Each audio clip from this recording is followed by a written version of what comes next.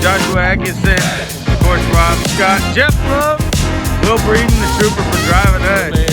The man. We're at the Woodhat. I know. Stay behind us in my truck. He sucked us all the way here. There you go. All right.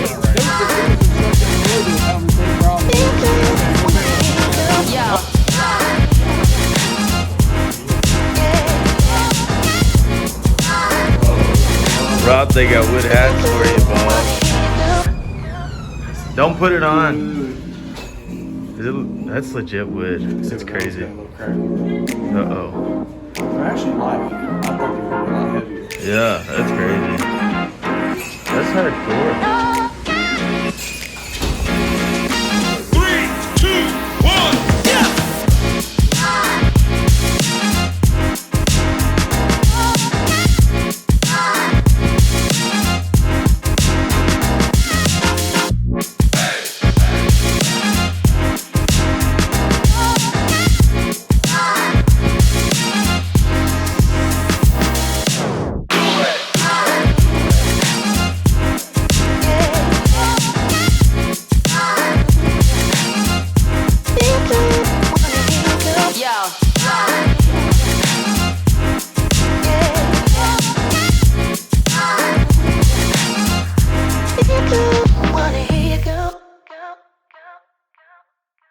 I am about to pour up some of this wood hat pick.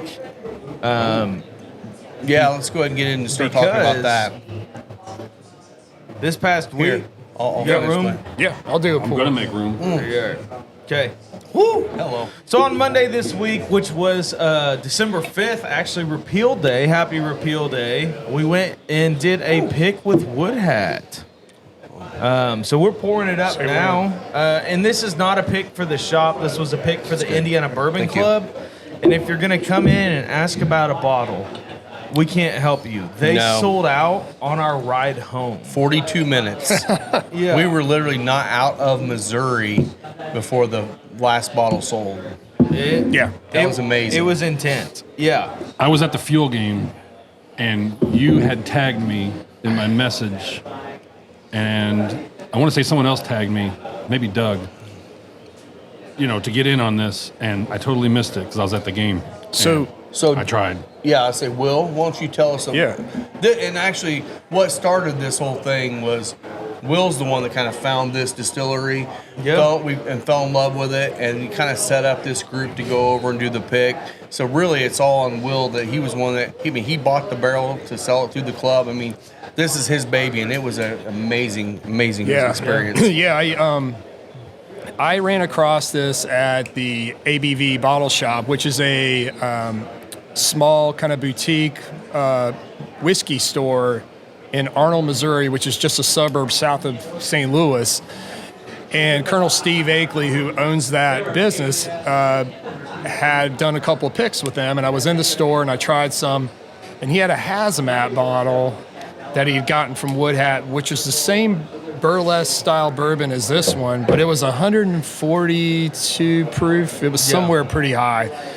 And it was probably one of the best bourbons I've had all year. Definitely in my top 5. Yeah. And Wow. I said, we got to do this pick. We got to figure out a way to get it done. So I pushed for it, and we just went and decided to, everyone agreed we could go and do one. And we took this past Monday, we went down, and the 6 of us. Yeah. And we sampled through 9 different barrels, 3 of a blue corn whiskey that was a straight 100% corn whiskey, and then 3 that were a blue corn based bourbon, and then we did 3 that were a Bloody Butcher corn whiskey. Yeah. And they're really doing some good stuff there. They really They're 15-gallon barrels, so they're smaller barrels, they aged. This one was aged for I think 4 years. Yeah. Which for a 15-gallon barrel is pretty long time. Very long time. The color on it is really a dark amber. Yeah. Beautiful. It is a really dark whiskey for 4 years. I mean, we got there, and I walk into this gift shop, maybe 15 by 15 room, Yeah, maybe somewhere in that. slightly Tiny. larger. Maybe a little bigger, yeah. And we're hanging out in there. This place looks like nothing. Like, Yeah. This is the most non-distillery looking building I've ever pulled up to. There's combines out in the Tractors. Yeah, tractors and all that deal off to the side of the building, and it was really cool. Like, one of the first people that greeted us was Gary, who's their master distiller. Gary Heingardner is the Yeah. master distiller. He Yeah. started it. He worked for Independent Stave Company for 15 years. So he was in the barrel side of the business for a long time. So he knows wood Yeah. and he knows how to get the most out of wood. So I know he really takes a lot of pride in the barrels he's taking. Knows that part well, and he decided I want to start making my own whiskey, Yeah. and he's doing a phenomenal job. He really is. He did. We got there, met him, and it was funny because we were talking about, where'd you get the wood hat name? And he told us that he's always been a hobbyist wood turner, and he learned to wood turn hats, which they're expensive hats there. Like, they have little tiny The little one was 185. 185, but it's a very particular skill set to wood turn a hat. Yeah. Absolutely. And he was telling us about how you did it, and then he goes, well, and you think about all the distillery names. He said, I mean, you got Jack Daniels, you got Nearest Jim Green, Beam. Jim You got- Beam, all that stuff. And he said, my name's Gary Highgartner. He said, ain't no way that anybody's going to buy that. Right. So he said, so we just called it Wood Hat. So It it works. was funny because like, most people will have like this crazy legacy behind their name. He was like, nah, I like wood turning hats. Yeah. And honestly, like that humble approach to it was there throughout the rest of their process. Exactly. He never, while we were there, something I appreciated, which is not something you get at a lot of craft distilleries. He never once put down another distillery. No. And he never once said that he was the only one to do something. Right. Right. Like, there were a couple things, like a certain type of oak that he used, that he said he was the first in this category to do it. And honestly, I believe the man. Oh yeah. But it was never a single time where he said, I'm the only one, these people are doing it wrong, everything like that. He showed us moldy corn and said, there's another couple distilleries that will use this. And we called him out, and after smelling it, and all he did was smile. Yeah. Yeah. Like, Yeah. he was not going out of his way to put down others in the industry. And it No. sounds like he started just to make a Missouri whiskey. Mm-hmm. And that was his goal with it, and he did it extremely well. One of the most non-pretentious guys you'll ever meet is a master distiller. Just such absolutely. a nice guy. I mean, it's like talking to Grandpa. I mean, the guy just wants to tell It you really stories, was. and you just listen to Yeah, him. when we left, I low-key wanted to hug the guy because he definitely felt like The grandpa. He did. somebody's grandpa. Now, I Yeah. will say it was kind of funny because Isaiah took this really cool picture of him Oh, over yeah. his shoulder. So he's got his he phone did- up like this. His phone background It's him. is It's him. and I was like, this is funny. Probably somebody set that on there just in case he loses his phone. He Somebody knows will it know is. whose phone it is. You're probably exactly He's right. not. He's not that vain. No, he is not at all. But they were. They I were. was cracking up Yeah. at that, though. They were running an experimental mash bill when we were there. Yeah, it was And 4 different types of corn. We got to go. They were running the still. We got to taste the white dog. It was definitely an interesting taste on that one. Yeah. Do you remember his name, the guy that was running the Andrew. still? Was it Andrew? Andrew or Ryan? I can't. I thought it was Andrew. Yeah, he was a super nice guy too. Well, and he showed then me a video. I mean, literally the day before, he was actually out in the field with his combine, which was sitting next to Wood Hat. Yeah. And then- he was out there running it, and he's like, "Yeah, we just got the corn." They literally, that batch was them farming it, growing it, everything.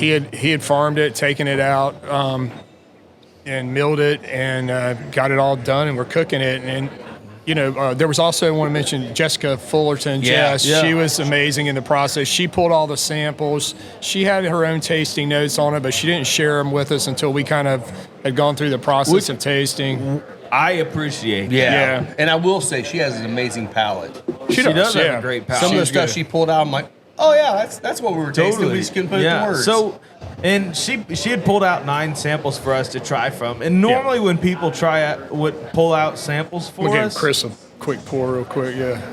normally when people pull out samples for us, I'm not crazy excited about it because it's like these are your only options.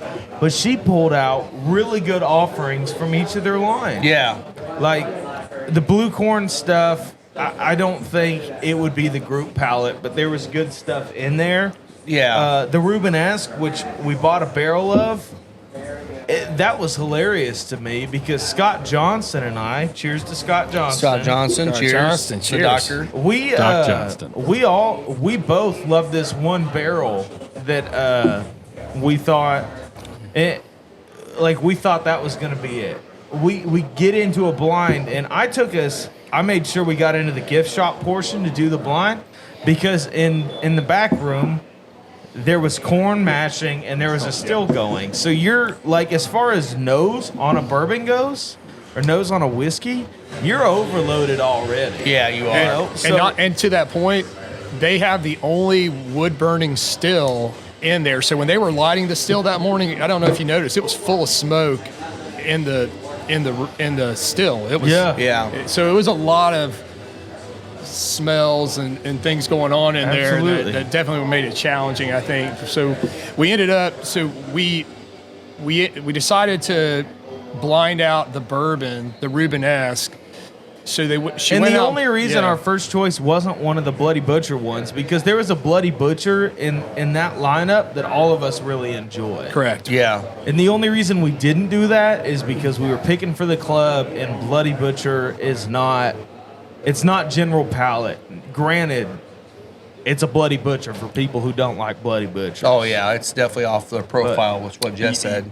Yeah, so we went back into the gift shop and we blinded those 3 out. And what was interesting was that my number one that we tasted in the still house was a complete flip and was my number 3 in the gift shop. I switched completely my top 3 from in there. That's And- what happened to me too. Yeah, and it was I'll say I picked the same you one both did. times. He was the winner. Yeah, I won. It's okay.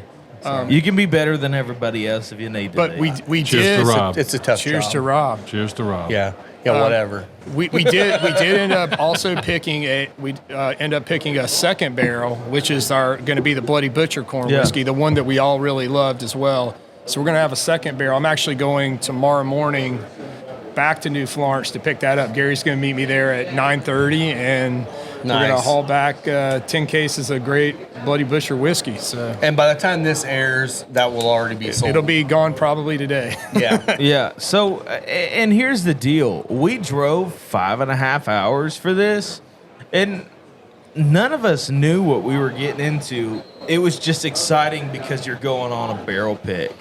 You never really know what they're going to present to you or anything like that. And for me, that was my 8th barrel pick I've done. That it's extremely exciting going into something like that, where it's like, this is a brand new distillery. I don't know their story. I don't know what their shtick is. Honestly, one of my favorite parts about Wood Hat is there is no shtick.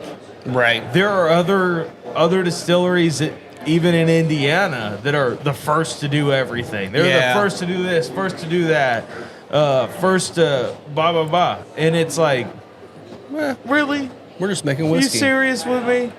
But Gary just wanted to make a whiskey that was Missouri. Yeah. And And you're I right. have no he complaints was, about it. You're right because he knows wood. yeah, And he knew what he could do with the grains. He's like, I'm gonna create something special. Absolutely. And he did. he did. And the bourbon we picked is a 4-year in a 15-gallon barrel.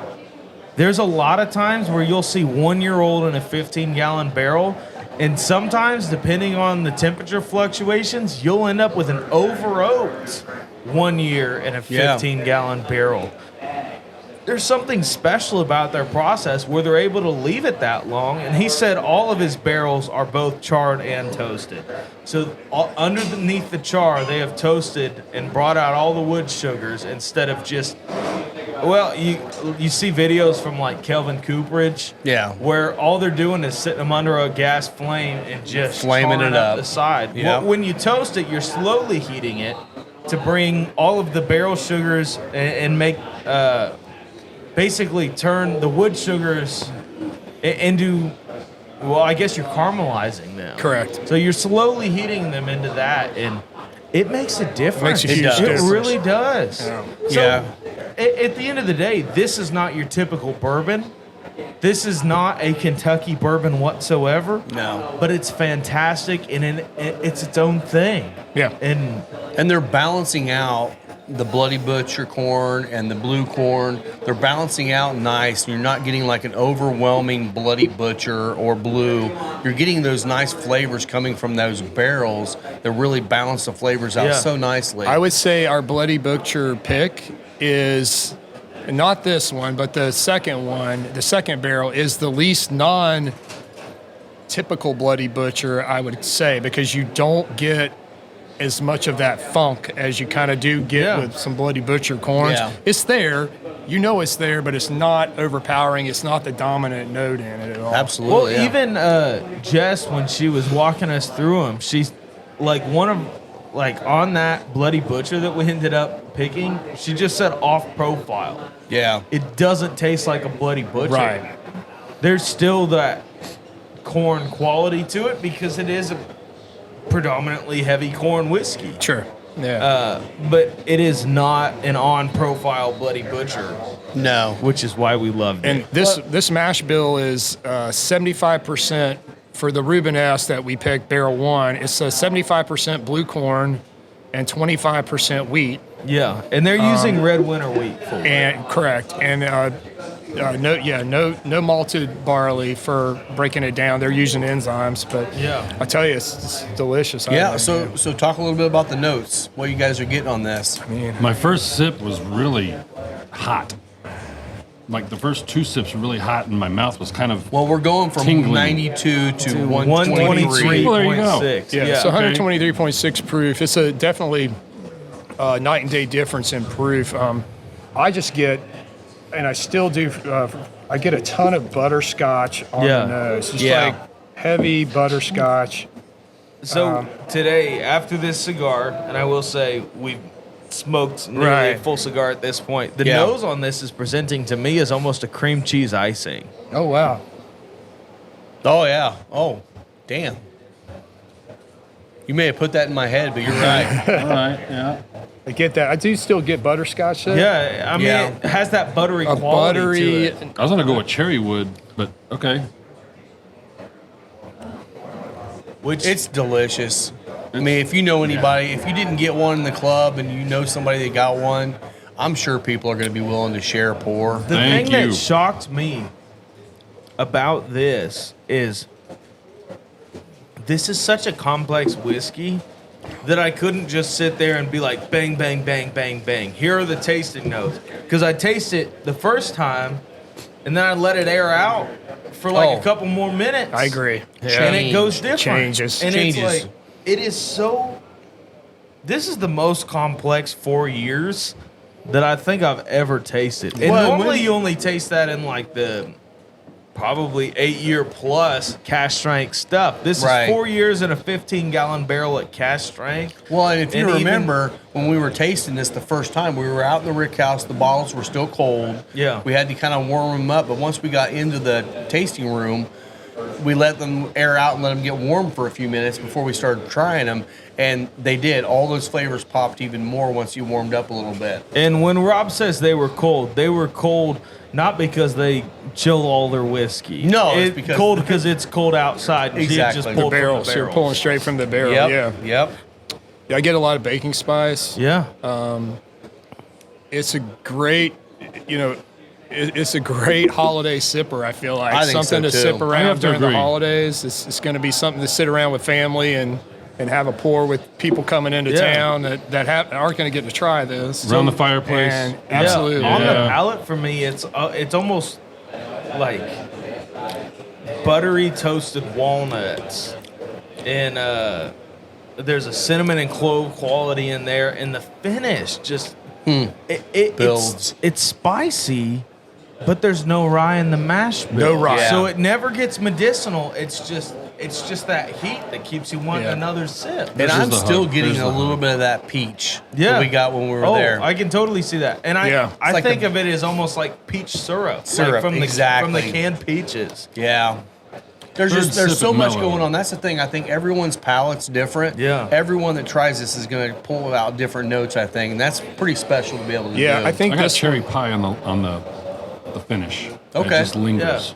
and to a good note or a good point, I don't get that drying oak note at the finish on this one Not at all. that you'd be concerned about with a barrel like this, aging for 4 years. You'd think you'd get a pretty heavy oak note at the end, and there's a sweet oak, but there's nothing that's Yeah. like drying my mouth out. absolutely. Well, and this is a testament to them as well.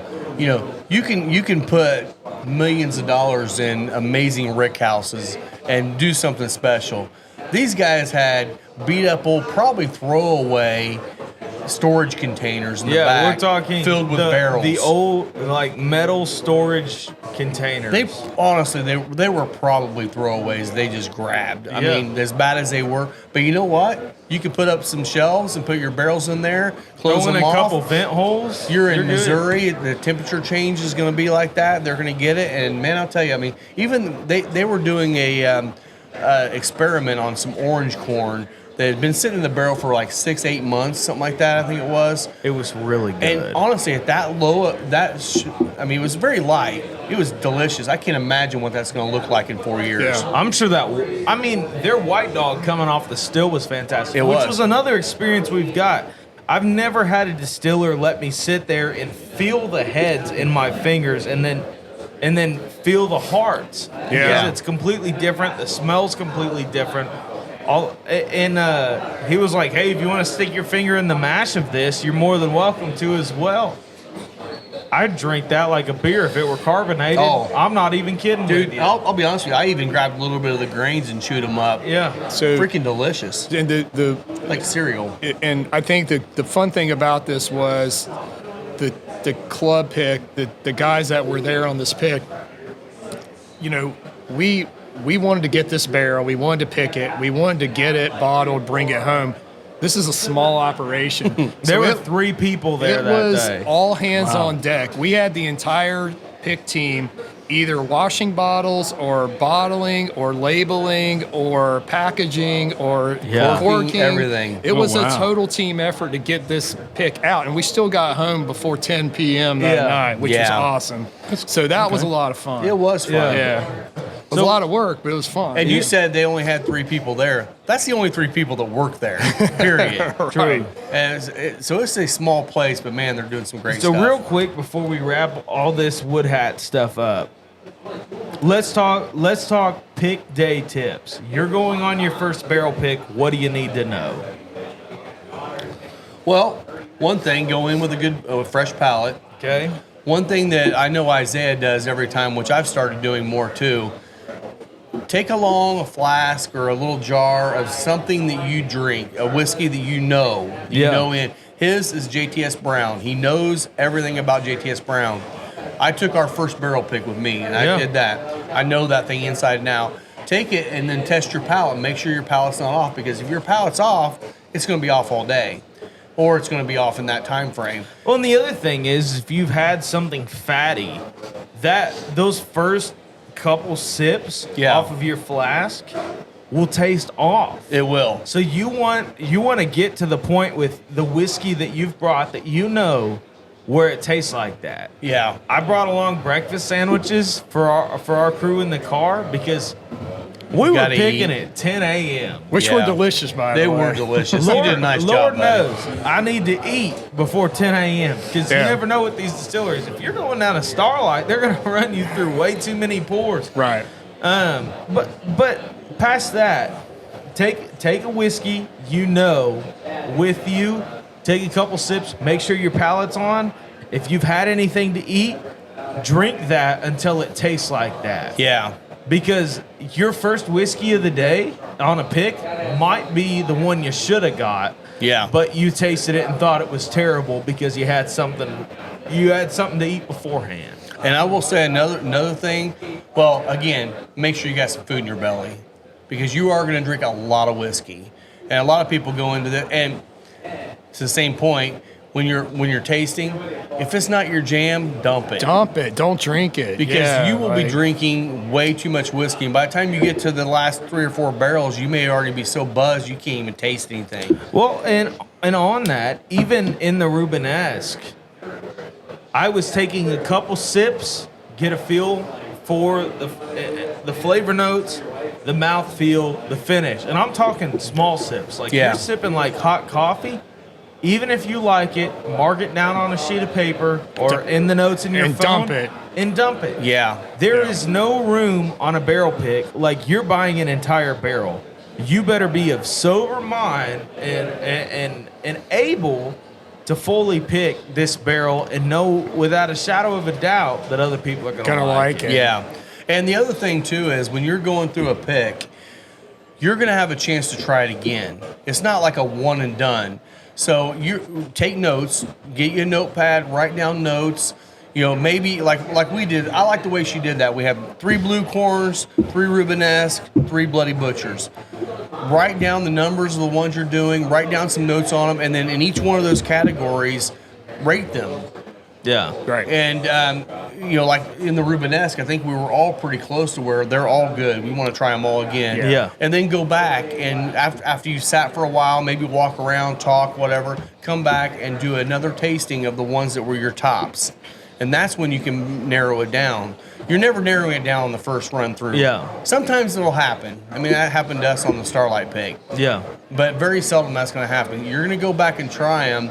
So just blast through that first picks until you find the things you like, and then go back and try them again. These all have a heavy mouth coat, so you really need to rinse your glasses between tastes too, because there's so much residual in here that you're trying to pick out real minute differences in barrels, and if you don't have a clean glass going between the tastes, you can get notes from the one you just had coming into this one that may not necessarily be there. And on that same point, drink lots of water. Yeah, stay hydrated. So water will help you stay hydrated. My game between pours will be to get about a pour's worth of water in my glass, and for people watching, I'll just show it with this wood hat. Yeah. So let's say this was already full. I've already pitched what was in it. I had a couple sips, whatever. I liked it or I didn't. I still threw it. I threw it down the drain, threw it on the barrels, depending on where you're at. I'll straight up fill it up, about a pour's worth, stick my hand over the top, and shake it around and drink that. Yeah. Like, that gets your water, but it also cleans your glass. The other thing you need to do is you can't, after you've drank water, depending on the type of water it is, depending on how hard it is, you can't trust your first sip after that. Yeah. You have to take 2 sips. Yeah. That second sip is going to be honest with you. Yeah, exactly. And I mean, one thing I will say Lisa does a good job of, although she can't hold her liquor like we can, so it's a little bit harder, I will say, first, second, and third sips are going to be different. You always got to get to that second and third sip to really get what you're wanting to get out of that pick. But again, you're sipping like hot coffee. Exactly. Very small sips. Just enough to get your tongue coated and kind of your mouth coated. You're not drinking this. You're tasting it. It's totally different. Yeah. I want to jump in here for a minute. Take a sip. Anybody getting mint?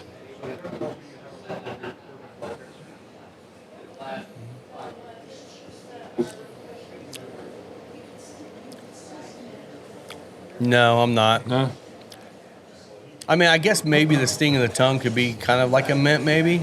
Like it was a whole Really? type of, like, whoa. Yeah. Like breathing in afterward, I can see where you're coming in. No. I got it on the palate. On the and palate? then, Okay. And then I was like, wait a minute.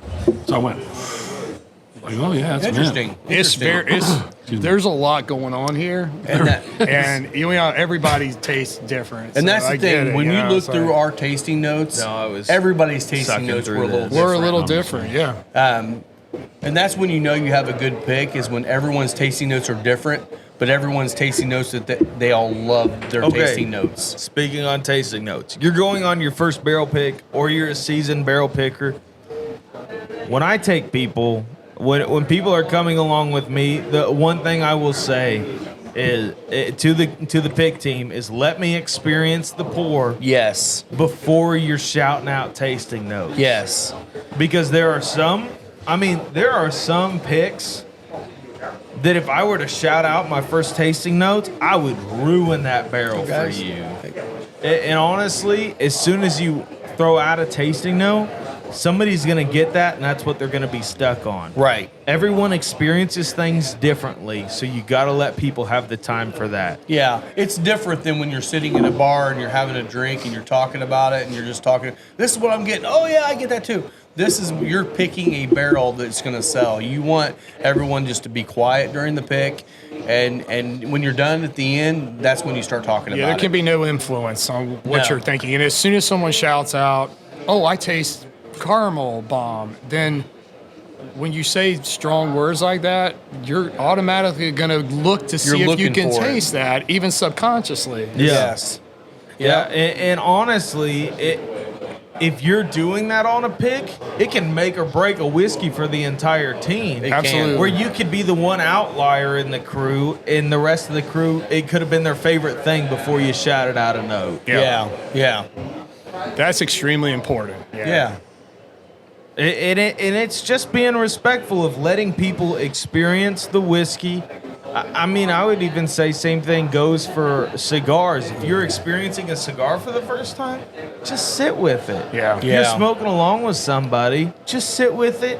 If they want to discuss tasting notes, discuss it with them. Right. But let that conversation be open to you before you start shouting things out. I say another thing to do when you're on a barrel pick is listen to the stories, because every distiller is going to have stories about what they're doing, why they're doing it. And not that it's going to influence the flavor, but I guarantee this whiskey, when we tell people the stories that Gary was telling us during that pick, people are going to fall in love even more with the whiskey on top of the flavor itself. Yeah. Listen to those stories and just learn from these guys, because every distiller knows things that other distillers know but may not be saying. But their stories are going to be great, and hearing some of the stories Gary told us was just, I mean, it was mind blowing. I mean, it was just one of those things where we learned, did we learn anything about mash bills? No. But we learned a lot about his passion behind it, and it's easy to get behind a brand when you start seeing the passion behind the guy that actually started the brand. We had a discussion in the car ride over where we all agreed that we were going in there, we were not going to bring home a mediocre barrel. So if there was something we didn't settle on, even though it was a 5-hour ride there and a 5-hour ride back, we were not going to bring back something that was not Fine at best. Yeah, we would leave. I mean, And that is a great point, and I know you didn't say it specifically, so I will say it specifically. If you go on a barrel pick, you're not obligated to pick a barrel. Yeah. If it's not anything that you want, walk. You haven't signed a contract. You haven't done anything. But the other thing you can do at a lot of distilleries, except for probably the big six in Kentucky, right. you can ask, hey, are there any other barrels we can choose for that we could taste? And honestly, that's valid. When you're going on a pick, you're committing to buy an entire barrel. Yeah. Whether that's for a club, whether that's for a store, anything like that. And you want to make sure in either of those instances that you're able to passionately sell that. Yeah. It's like cigars for Rob and I here. When we get samples in, if we're not in love with them, we can't sell them. Yeah. Right. Yeah. And honestly, when I'm on a barrel pick, I think to myself, is this a bottle that I want 3 of? right. Is this something I can drink again? And if it, I mean, at this point at my house, I probably got close to 100 bottles. Yeah. Like, not even kidding with you. Is this a bottle I would want multiples of? And if it is, that's a winner. Yeah, absolutely. Yeah, I agree, 100%. Yeah. No, I mean the I think pick we itself picked. I was think we great. picked a good one though. I Yeah, think so, yeah. and that's the picked a thing couple too. good ones. This Yeah. is great. On the Thanks. on the barrel picks too. I mean, a lot of times, and again, like you said, the bigger distilleries, you're not going to have the options of a smaller distillery. The fun thing about going to a smaller distillery is, you know, what's going to happen, and what happened in this one was, we made our pick. We already had our picks down. Hey, let's go back and try some stuff out of some of the other barrels, some of our experimental stuff. And you're going to get to try some special stuff because they not only want you to buy that barrel, they also want you to see the passion coming and what down they're the doing pipeline. and all the experiments they're doing. That orange corn, we would have never been able to try that, but we were talking and we about tried it. And man, Missouri shoe corn yeah. whiskey, and it was like, I've never even heard of Missouri shoe corn. No. But Gary telling me about this strain of corn that was as native to Missouri as you can possibly get. Yeah. Not fully native, but it is the oldest grown in Missouri. That's a cool story. And to Cool have story. people experimenting with that, that's amazing. Well, and by But- listening to the stories too, I mean, I would have never known this, and maybe you guys did know this. I didn't. He said there's like over 500 variations of corn in America. Wow. I'm like, that's a lot of different types of corn to distill. Yeah. Yeah. I mean, you're going to come up with a different profile by different blends and stuff, and that's what they're experimenting with now. That one that we tried off the still was 4 different variants of corn that they were growing, and it's like that was something I learned, and I thought that was pretty amazing to know. But again, back to Rob's point about just asking all your questions. When you're at a distillery, and I'm not talking about Big Six, like I'm not talking about Buffalo Trace or Woodford or anything Dean. like that. Yeah.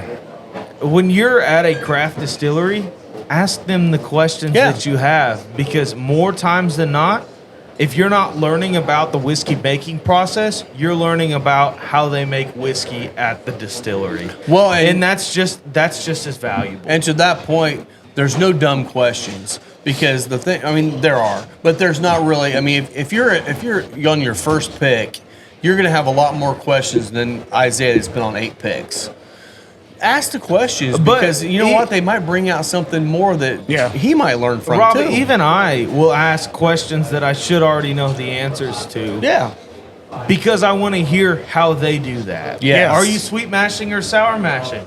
I could have probably told you they were sweet mashing. Right. But I want to know how they do it. Are they pitching enzymes?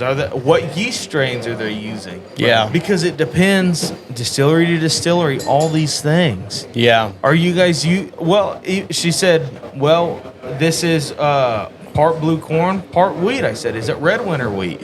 Which would be something that's native to the area. It is. Yeah. Yeah. Okay. Right.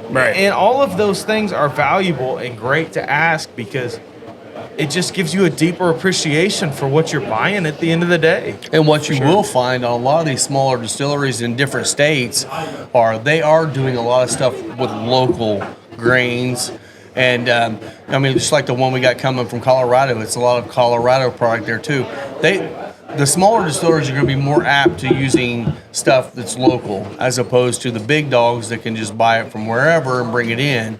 You know, these guys are trying to support local farmers, local businesses, and keeping them going along with it. So this distillery may be keeping, 30 farmers employed because they're actually making grain for them to produce. And it's like, so they really have a passion for their region, not just what they're doing. And when which I they think is awesome.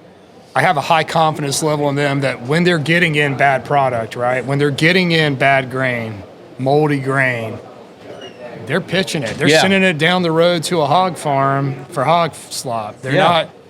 It's not going into their whiskey because the one thing with moldy corn is that it carries through. It carries through from the cook to the still to the barrel to the bottle.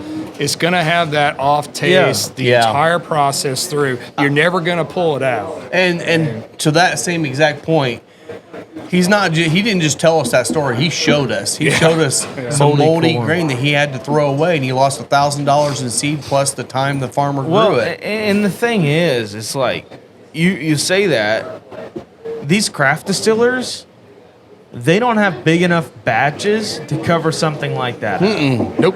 Yeah. Like when you're talking a batch of Jack Daniel's Old Number 7, you're talking about 3,000 plus barrels Yeah. That that are being get dumped blended. together Yeah. and fatted. So, not saying this is what Jack uses, but they definitely could because they have the luxury of being able to throw that one mash of moldy corn in there and distilling that. And blend it down to the point where you can't taste it. Yeah. Yeah. I mean, but I think we've driven this home enough. Yeah. So I too. Yeah. I think we'll wrap this up here. Wood Hat, honestly, if you're a barrel picking group and somehow you found this video, Yeah. definitely check them out. Call them up. Go down to their tasting room. Taste some of their stuff. If you're not far from them, or if you are, schedule a pick. Yeah, I mean, it's like an hour west of St. Louis. It's a 15-gallon barrel. So with the Yeah. maximum, you're probably getting 65 bottles. At the most. I think he At said the like most. 50 to 60 is their sweet spot. 55 to 60 is their sweet spot. So definitely check them out. See if you can find a bottle. I know ABV Bottle Shop in you said Arnold, Missouri? Correct. In Yeah. Arnold, Missouri, they've been carrying their picks quite a bit. But Yeah. hopefully this helps somebody. Yeah. Especially if you're finding it as like a first barrel pick experience thing. I knew, like, when I was first going on a barrel pick, I just kept trying to find barrel pick videos and couldn't find anybody to tell me how to do it. And it's kind of like You taught me some things. it's a weird thing to walk into. It really is. Yeah. Because it's not like you're buying a bottle off the shelf. You're picking a barrel that's going to be bottled that hopefully you can sell. And I will say, if you're a part of a club or if you're a part of a retail establishment or whatever, if you have an opportunity to go on one, go on one. You'll learn a lot about the product, the process, and it will help you actually enjoy whiskey. Yeah. a lot more. And But- you'll get a lot more intimate experience with the whiskey than you ever would just on a tour. Yeah, and another thing too is if you are listening to this and you have questions, feel free to reach out to us. I mean, Yeah, absolutely. I know I've been on, I think, 6 different picks now. You've been on 8. Yeah. I don't know how many you've been on now. This was my That your first pick, yeah. Have you done any picks yet? Never. So you have to be on a pick sometime. I would Yeah. love to. But ask us some questions because we've all been on some picks, and I think it's just one of those things where if you have any concerns or whatever, just ask us because I mean, once you do it, you're going to realize how much fun this really is. And you just brought up a great point just there too. This was my first pick, and I organized this. I set this up, but I wanted to bring people who were experienced pickers too, who have been on multiple picks, because I think I had 5 or 6 people who had only gone on their first pick. It's a lot more challenging. I think Yes. having Well, you that's a guys great there was point. very helpful. Well, and great even point. on that, like I've picked with Rob before, I picked with Scott Johnston before, I picked with Jeffrey Love before. I might have picked with Josh Atkinson before. I don't remember if I had, but at least those 3 guys, like Rob, Scott, and Jeff, I know their palates. And Yeah. it's like those guys. Well, Jeff likes super sweet, so does Rob. Rob and Jeff like sweeter leaning bourbon. Scott somewhere in the middle. I picked the spiciest, most medicinal rye you've ever had, and I'll love it. But in my head, I know it's not a group palate thing, but I'll know it's good. So it's like that crew, fantastic. Yeah. Like, Yeah. that was my A team, honestly. And that is a really good point. If you are setting up a pick, it's very important the people you put on that crew. If it's 6 buddies that sit around and drink Crown and Cokes around the fire, and you want to do a barrel pick, and that's not all the you one, drink, yeah. it's going to be a rough pick. You need to get some people that have good palates, that know what they're doing. Yeah. Agreed. But All right, cool. yeah, so this has been Final Third Friday. A Yeah. little bit of barrel pick knowledge in here too. So, Yeah. I guess you can follow me at the Whiskey Pastor. I rate bass, 2 R's, 2 S's, and it's bass, not bass. I'm AM Physics on Twitter and Swampy2424 on Instagram. Nice. And you can follow me on Instagram at Final Third Cigar, or you can check out our website, finalthirdcigar.com, where you can get to the YouTube video of all this as well. We're also on all the podcast platforms now, so you can get out there and search us out, Final Third Cigar, and find us there and listen to us along the way. Absolutely. Lee Marsh. Thanks, guys, for listening in. Cheers. Cheers. Cheers.